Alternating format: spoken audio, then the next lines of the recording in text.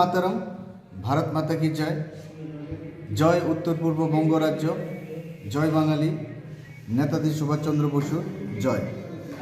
আজকে আমরা এখানে একটা প্রেস মিট ডেকেছি বিশ্ব বাঙালি জনজাগরণ মঞ্চের উদ্যোগে। আমরা আজকে এই প্রেস মিটের মাধ্যমে আমাদের সংগঠনের শুভ সূচনা করতে যাচ্ছি। আজকে আমরা যারা বাঙালি বসবাস করছি, আমাদেরকে ধ্বংস করার জন্য, আমাদের অস্তিত্বকে বিলুপ্ত করার জন্য দীর্ঘকাল ধরে একটা চক্রান্ত চলছে। সেটা বঙ্গভঙ্গ হোক, ভারতকে টুকরো করে পাকিস্তান দেশ বানানো হোক, ত্রিপুরা, আসাম, মেঘালয় রাজ্য বানানো থেকে বাংলার বিভিন্ন অঞ্চল বিহার এবং উড়িষ্যার মধ্যে ঢুকানো হয়েছে।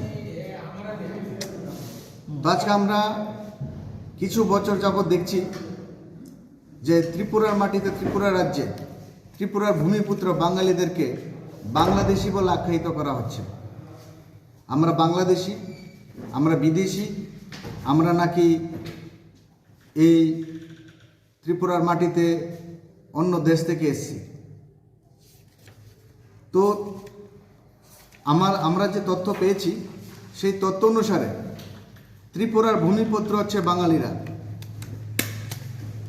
ত্রিপুরার যে মাণিক্য রাজার শাসনকালের ইতিহাস হচ্ছে মাত্র 546 বছর। প্রায় 1400 সনে তারা ত্রিপুরায় ঢুকেছে এবং ত্রিপুরার রাজপাট তারা হাতে নিয়েছে। আমাদের প্রশ্ন যে 1400 সনের আগে, 546 বছর আগে এখানকার ভূমিপুত্র কে ছিল? আমরা দেখছি এখন একজন ব্যক্তি যার নাম নিজেকে বুবাগ্রা বলে পরিচয় দিচ্ছে, প্রদ্যুৎ কিশোর মানিক্য। উনি বারবার বলছেন যে ওনাদের গ্রেটার ত্রিপুরাল্যান্ড চাই। উনি বলছেন যে আমরা নাকি বিদেশি, বাংলাদেশি, এবং ইনি এনআরসি লাগু করবেন। আমরা আমাদের সংগঠনের পক্ষ থেকে বাঙালিদের স্বার্থে আমরা তার প্রত্যেকটা স্টেটমেন্টকে আমরা নিন্দা জানাই। এই ধরনের জাতিবিদ্বেষ স্টেটমেন্ট, এই ধরনের জাতিবিদ্বেষ কথাবার্তা, এটা মেনে নেওয়া যায় না। উনি বাংলাও বুঝেন না, উনি ককবরকও বুঝেন না, উনি হিন্দি ভালো বুঝেন। তো আমি ওনাকে ওনার ভাষায় কয়েকটা কথা প্রশ্ন করতে চাই। গিয়ে যে কথাগুলো বলেছেন, आपने कहा, प्रद्युत जी आपने कहा कि आप लोग 5000 सालों से त्रिपुरा में रह रहे हैं। तो मेरा प्रश्न ये है आपसे, अगर आप लोग 5000 साल से यहाँ पर हैं तो 5000 साल पहले यहाँ पे कौन थे? किसको मार के आप लोगों ने राजा बने यहाँ पे? कौन राजा को आपने हराया? दूसरी बात यह है, आपने और बोला कि 70 सालों से बंगाली लोग उपजाति ट्राइबल लोगों को शोषण किया, अत्याचार किया, हमने आप लोगों को बहुत सताया। ऐसा कोई प्रमाण है आपके पास? सिर्फ कहने के लिए ये सब आप कह रहे हैं, सिर्फ लोगों का दिमाग खराब करने के लिए आप ये कह रहे हैं। इस त्रिपुरा राज्य में जाति और उपजाति के लोग सदियों से भाईचारे के साथ एक साथ रह रहे हैं। लेकिन दुख की विषय यह है कि आपने आपके खुद के स्वार्थ के लिए, राजनीतिक फायदा के लिए आप एक तबके के लोगों का ब्रेन वॉश कर रहे हैं, आप गलत तरीके से, जिसका हम निंदा करते हैं।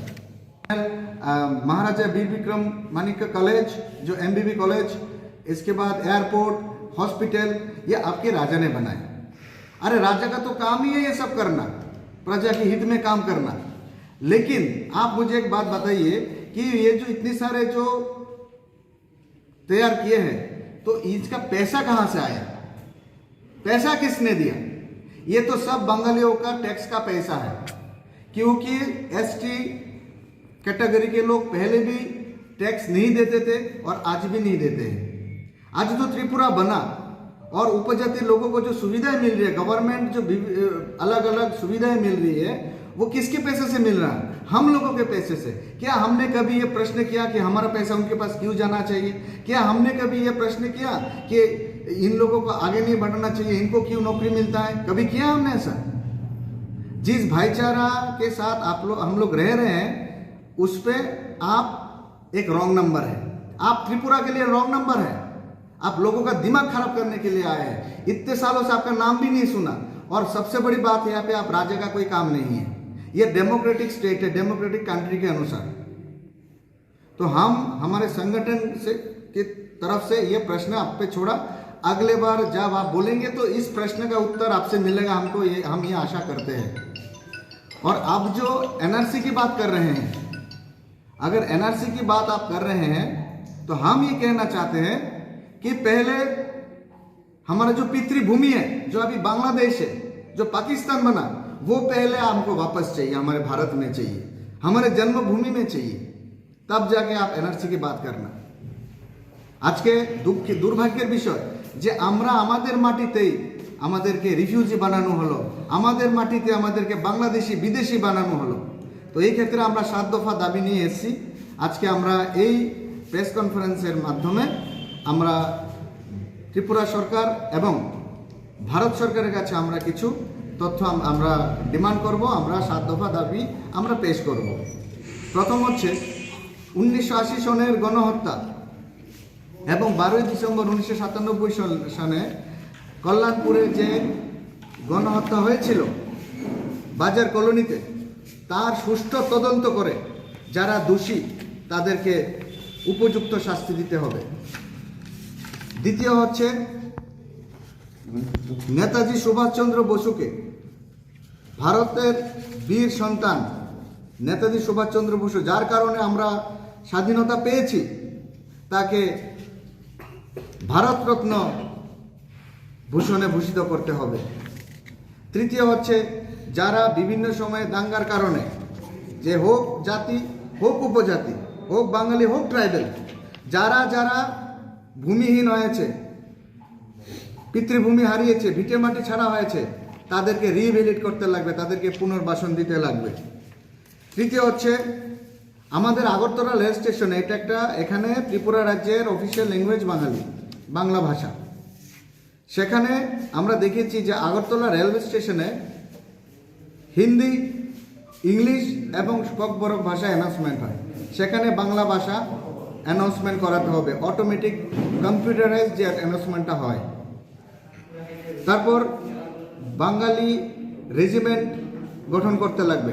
এই সাংবাদিক সম্মেলনের মাধ্যমে আমাদের বিশ্ব বাঙালির জনজাগরণ মঞ্চে আমরা আত্মপ্রকাশ করছি আজকে, এবং এই সাংবাদিক সম্মেলনের মাধ্যমে বাঙালি জাতির অস্তিত্ব রক্ষার জন্য, বাঙালি জাতির কল্যাণের জন্য আমরা 7 দফা দাবিও পেশ করছি ত্রিপুরা সরকার এবং ভারত সরকারের কাছে।